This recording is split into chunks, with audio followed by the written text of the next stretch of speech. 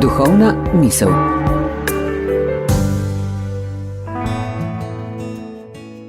Na četrto velikonočno nedeljo slišimo Jezusa, ki pravi: Moje ovce poslušajo moj glas.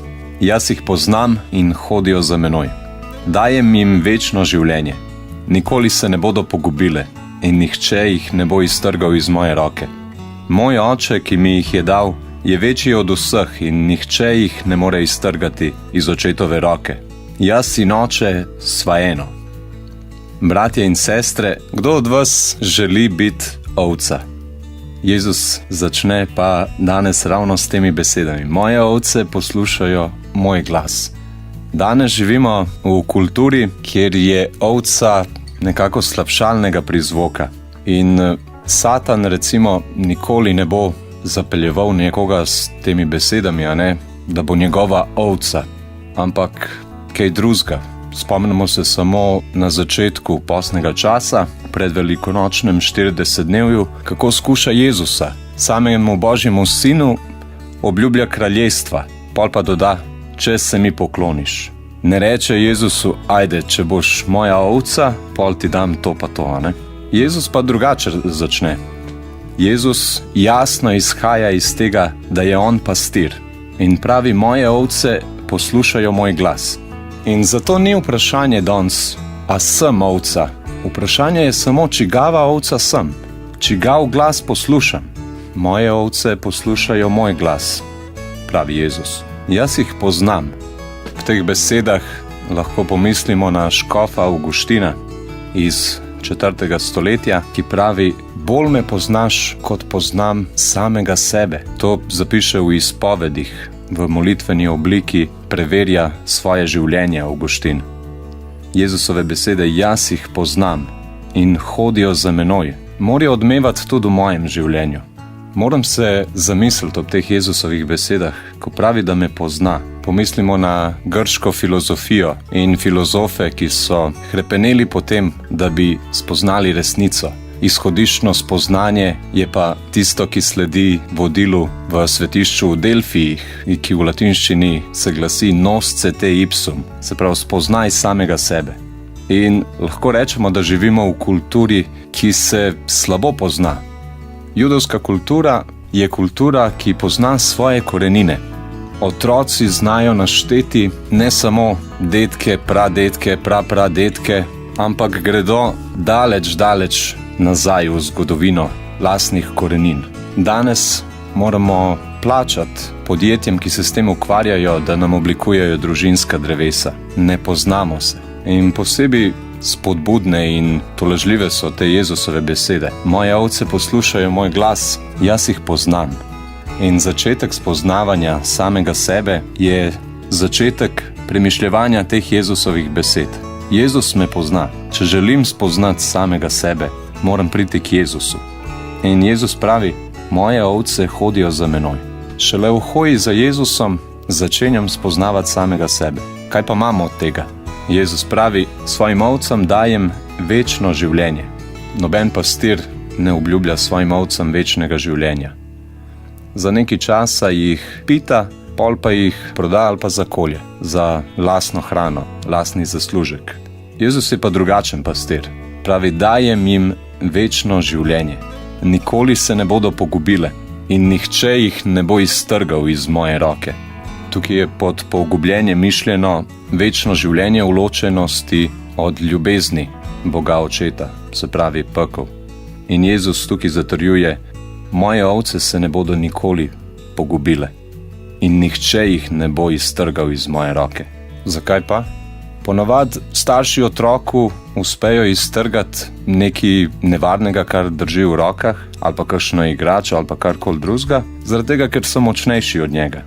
In Jezus, ki pravi: nihče ne bo mogel iztrgati moje ovce iz mojih rok, to potrdi z besedami: moj oče, ki mi jih je dal, je večji od vseh in nihče jih ne more iztrgati iz očetove roke.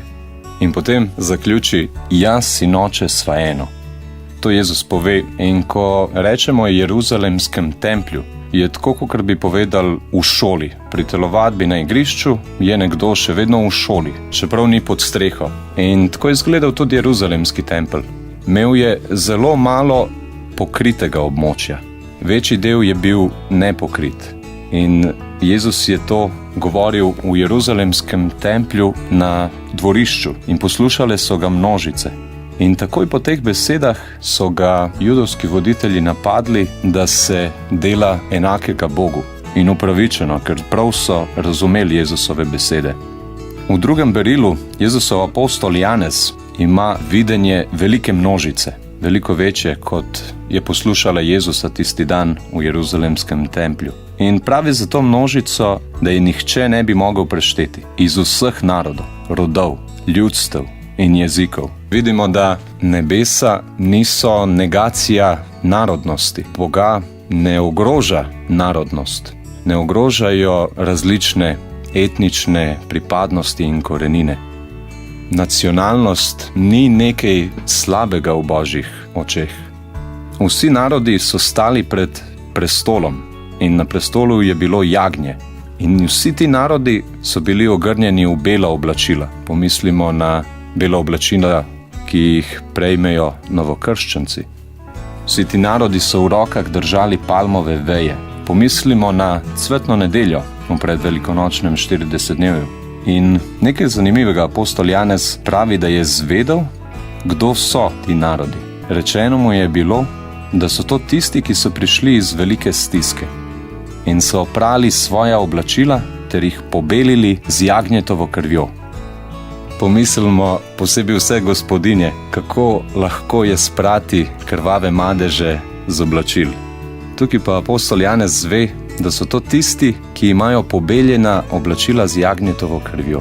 In vsi tisti ne povzdigujejo drug drugega nad drug drugega, ampak povzdigujejo Boga, kajti jagnje, ki sedi na sredi prestola, je tisto, ki jih pase in jih vodi k izvirom živih voda.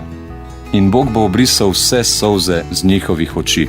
In ob tem lahko pomislimo tudi na to, kako je lahko jagnje pastir. Jaz sem salezjanec in mi imamo ene posebne križe. Na tem križu je v sredini ena taka medalja in upodobitev dobrega pastirja v krogu. Ta krog predstavlja obhajilo, evharistijo. Zaradi tega, ker je ravno sveta maša tisti trenutek, ko imamo dostop do Jezusove daritve svojega telesa za nas. In kakor je prejšnjo nedeljo Jezus povedal Petru, naj hrani njegova jagnjeta in njegove ovce, tako velja, da pastir še naprej pase svoje ovce po papežu in vseh pomočnikih papeža preko zakramentov.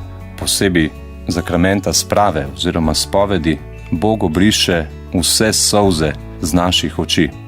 Preko Božje besede, ki jo slišimo pri maši, potrjujemo to, kar Jezus pravi, moje ovce poslušajo moj glas.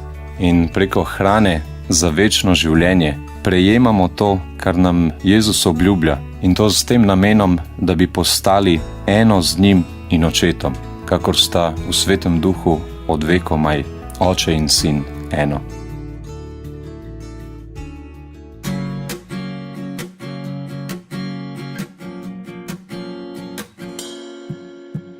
Če bi znala govoriti, kakor ti učil si, lažje bi bilo. Moja pesem bi donela, vsak dan bi jo pela 100 angelom.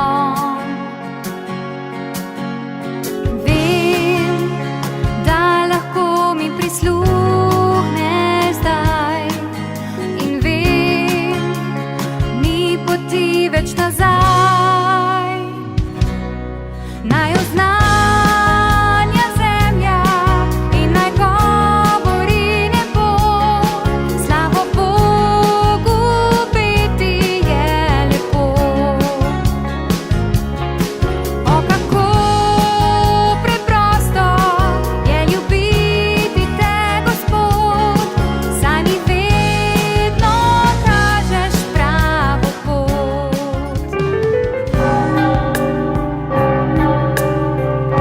duhovna misel.